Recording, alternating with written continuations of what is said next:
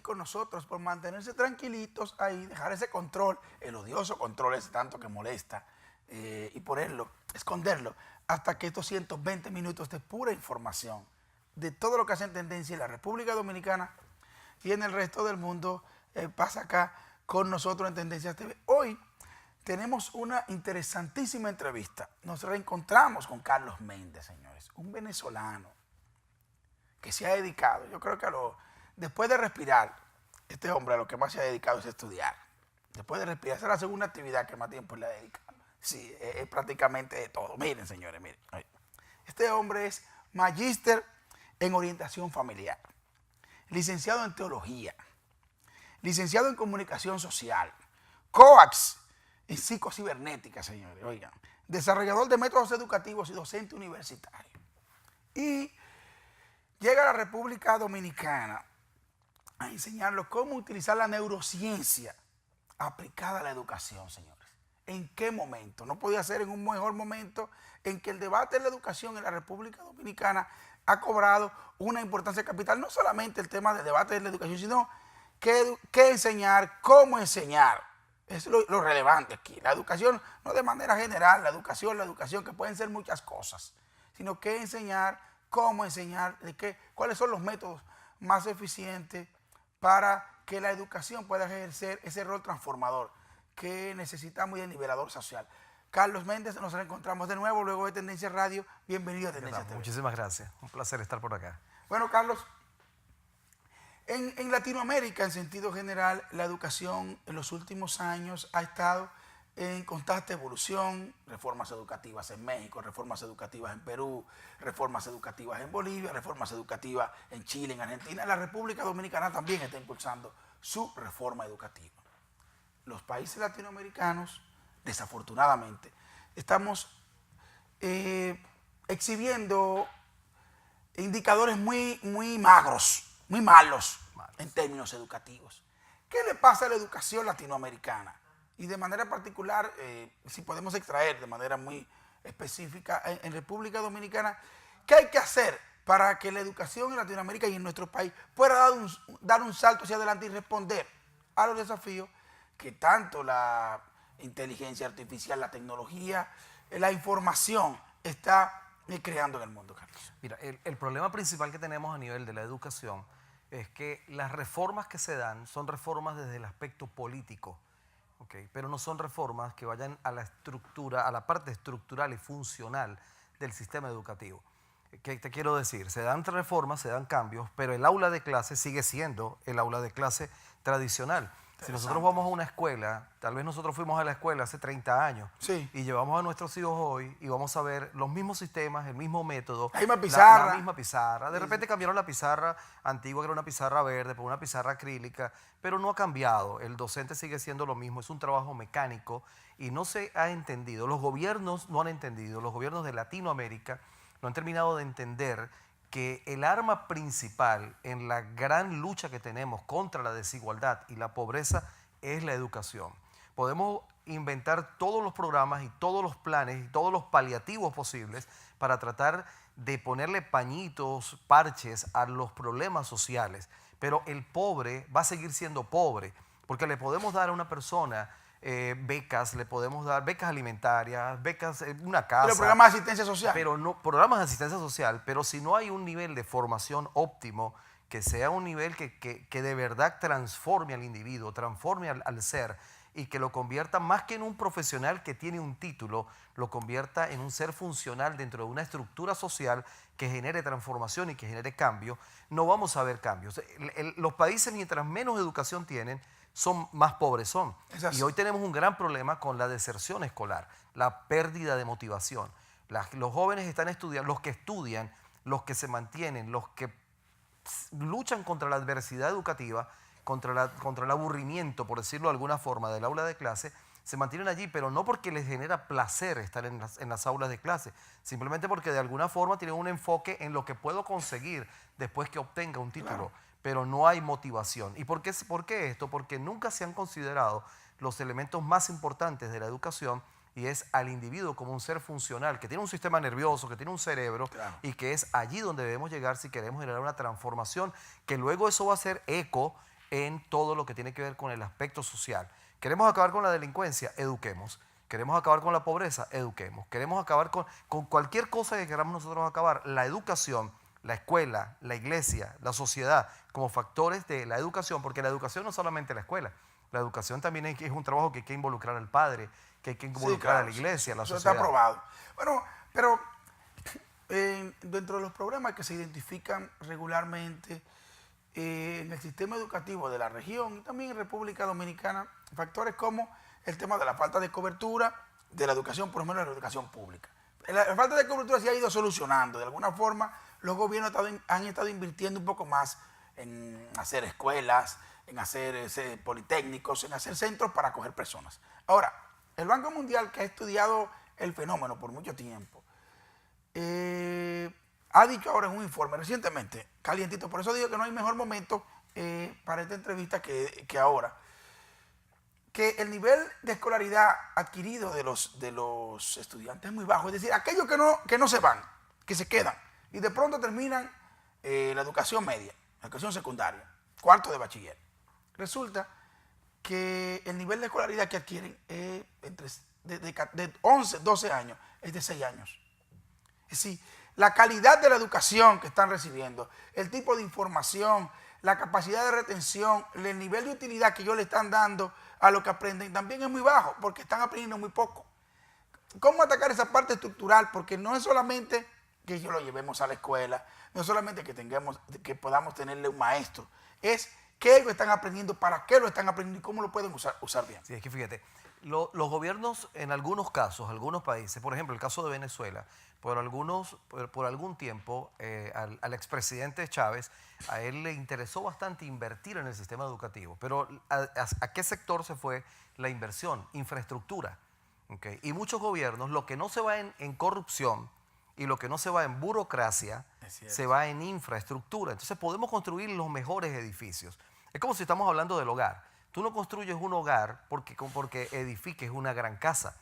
La casa simplemente es una infraestructura. Donde el hogar se acoge. Exacto. El hogar lo construyes con tu esposa, con tus hijos, y lo construyes en función de una gran cantidad de normas, de disciplinas. Entonces, la educación, mira, si tal vez invirtiésemos menos en infraestructura, que no estoy diciendo que no sea necesario, pero yo me atrevo a apostar que con los métodos correctos de educación, en una plaza, en un parque, podemos educar mejor que en un gran salón si no tenemos los métodos adecuados para transformar. Pero el problema es en el educador, y no culpo al educador, porque todos fuimos formados en una academia y fuimos formados. Y recuerda que nosotros aprendemos por modelado conductual.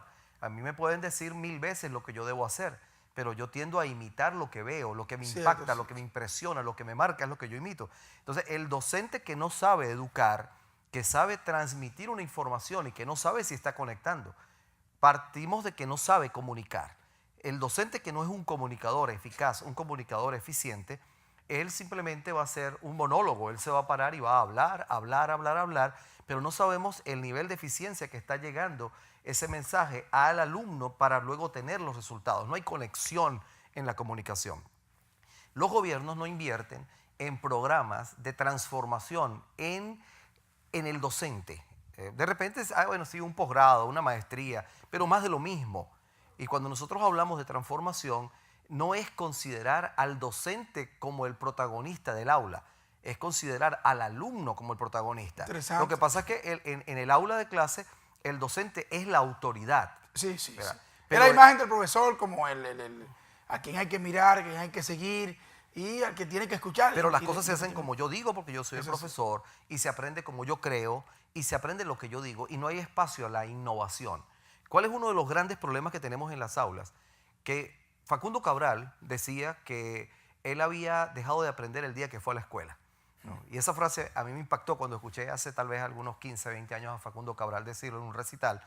Él decía, yo aprendí hasta que fui a la escuela. El día que fui a la escuela, ese día dejé de aprender. ¿A qué se refería Facundo y muchos otros hombres que han abandonado la escuela? La escuela, lamentablemente, castra la creatividad. La escuela limita la creatividad. Fíjate, por ponerte un ejemplo, que esto tiene mucho que ver con la neurociencia.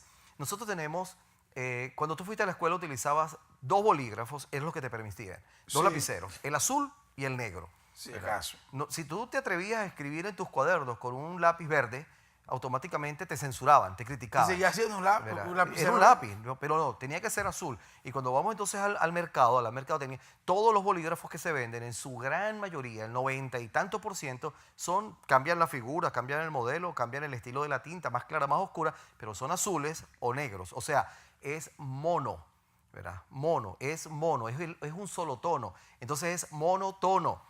Y todo lo que es monótono tiende a aburrir, tiende a fastidiar. Muy buen punto. Y así como, por citarte un ejemplo, así como nos limitan a que tienes que utilizar un lápiz azul y un lápiz de tal color, entonces es algo mecánico. Tienes que escribir sobre una línea, tienes que escribir Sí, de pero derecha a izquierda. estás en una frontera ya adentro de la psique de por qué hacemos las cosas como lo hacemos.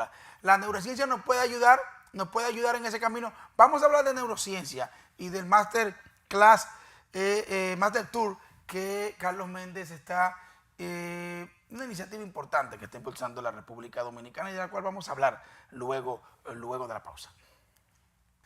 Continuamos esta interesante conversación con Carlos Méndez, un venezolano que ha decidido aportar su granito de arena para mejorar nuestros sistemas educativos en toda la región. Y qué bueno que está en este país en un momento como este, cuando el debate por la educación y por la calidad de la educación ha cobrado una importancia capital. Esto de neurociencia, esto parece, suena como de otro planeta, para muchas personas suena de otro mundo. ¿Cómo utilizar la educación para mejorar la educación? La neurociencia aplicada a la educación, ¿con qué se come eso, Carlos? La neurociencia tiene más de 200 años, pero cuando se comienza a hablar de neurociencia aplicada es cuando ya se comienzan a estudiar todo lo que tiene que ver con el sistema nervioso, el cerebro, y se aplica a un área específica. Entonces hay neuroventas, neuronegocio, neurosexualidad, hay muchas áreas ya de la parte de Entrando hacia el cerebro ahora. conducta. ¿Cómo? Entrando hacia el cerebro ahora. Sí, entonces la neurociencia aplicada a la educación, ¿qué es? Simplemente es que llevar al docente a un estado en el que él aprenda a enseñar con placer, aprenda a enseñar sin dolor. Nuestras aulas de clase son aulas de dolor. Nuestro cerebro, todo lo que recibe, todo lo que percibe visual, auditiva, kinestésica, olfativa, gustativamente, toda la información viaja al cerebro y allí tenemos la amígdala cerebral, que una de sus funciones es dividir la información en dos. O es una información de dolor o es una información de placer. Cuando la información es placentera, viaja al lóbulo frontal, región frontal de la cabeza. Y cuando la información es de dolor, que no me agrada, que no es de mi gusto, entonces se va hacia la corteza singular anterior, esta parte de la cabeza. Cuando va al lóbulo frontal se genera motivación, que viene de motor, poner en movimiento. Hay empatía, quieres estar conectado Entonces, con quiero eso. hacerlo, quiero aprenderlo, quiero practicarlo, quiero volver, quiero saber más. Cuando se va a la corteza singular anterior, se genera resistencia, negación, rechazo. Y el problema que nosotros tenemos es que la mayoría de los alumnos están aprendiendo desde el dolor.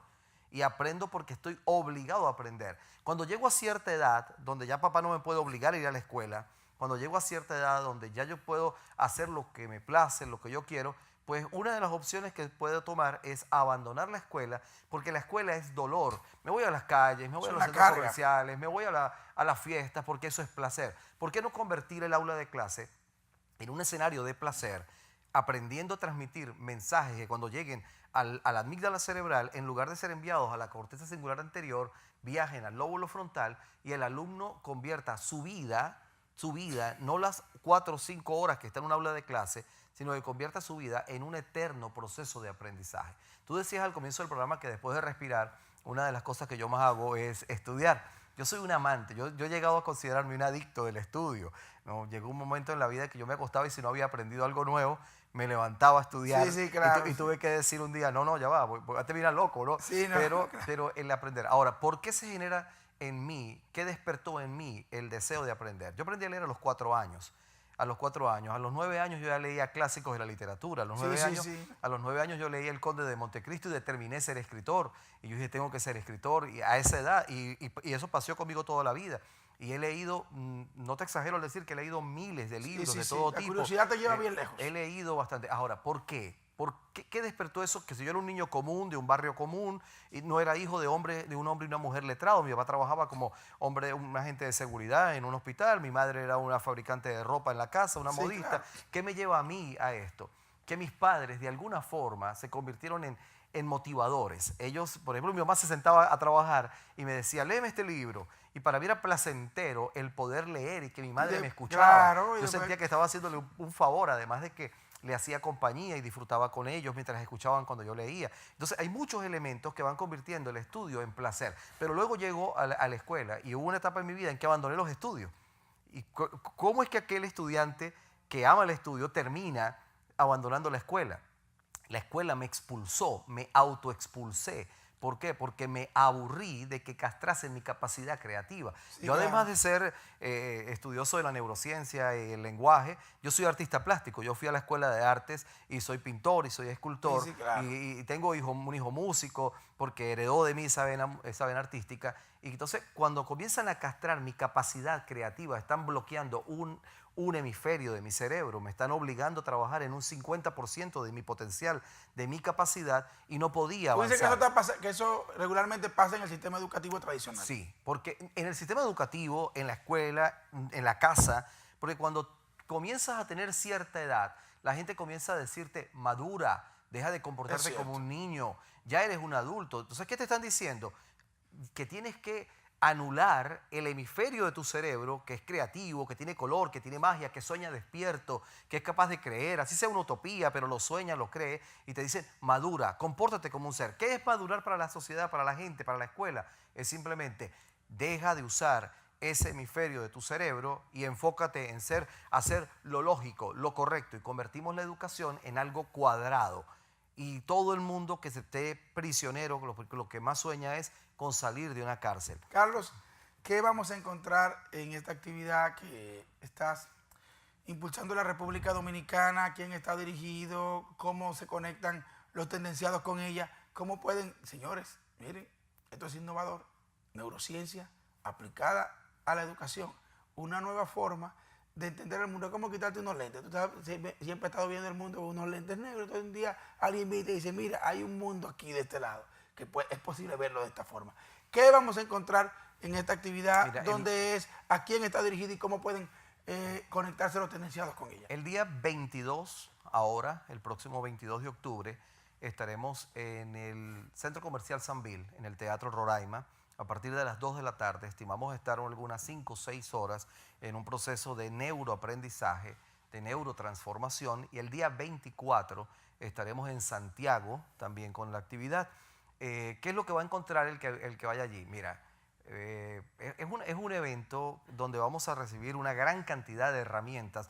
¿Qué busco? Yo no voy a ir a perder el tiempo enseñándole a la gente que el cerebro tiene neuronas y que el cerebro se comunica. O sea, el que quiera estudiar eso puede googlear y ver cómo funciona, puede ir a YouTube y saber cómo funciona el cerebro. Yo quiero darle a la gente herramientas, simplemente que tú asistes y vas a saber, ok, hay esto en el cerebro, cómo funciona y cómo lo puedo utilizar para la parte estructural, la parte funcional, cómo lo puedo utilizar aplicándolo a la educación de mis hijos, aplicándolo a la educación de mis alumnos, a la educación de los miembros de mi iglesia, si soy un pastor, un sacerdote, aplicándolo a la sociedad, si soy un líder social. ¿Cómo puedo yo utilizar estas herramientas para generar una transformación, para ser placentero, para motivar? Yo estoy aquí en República Dominicana puesto a la orden de cualquier institución que quiera. Si el gobierno quiere escucharme, escuchar propuestas, yo estoy acá. Y si quieren que vuelva, yo vuelvo. Nuestra misión nuestro deseo es sembrar un grano de arena, en una semilla en Latinoamérica, para que Latinoamérica deje de ser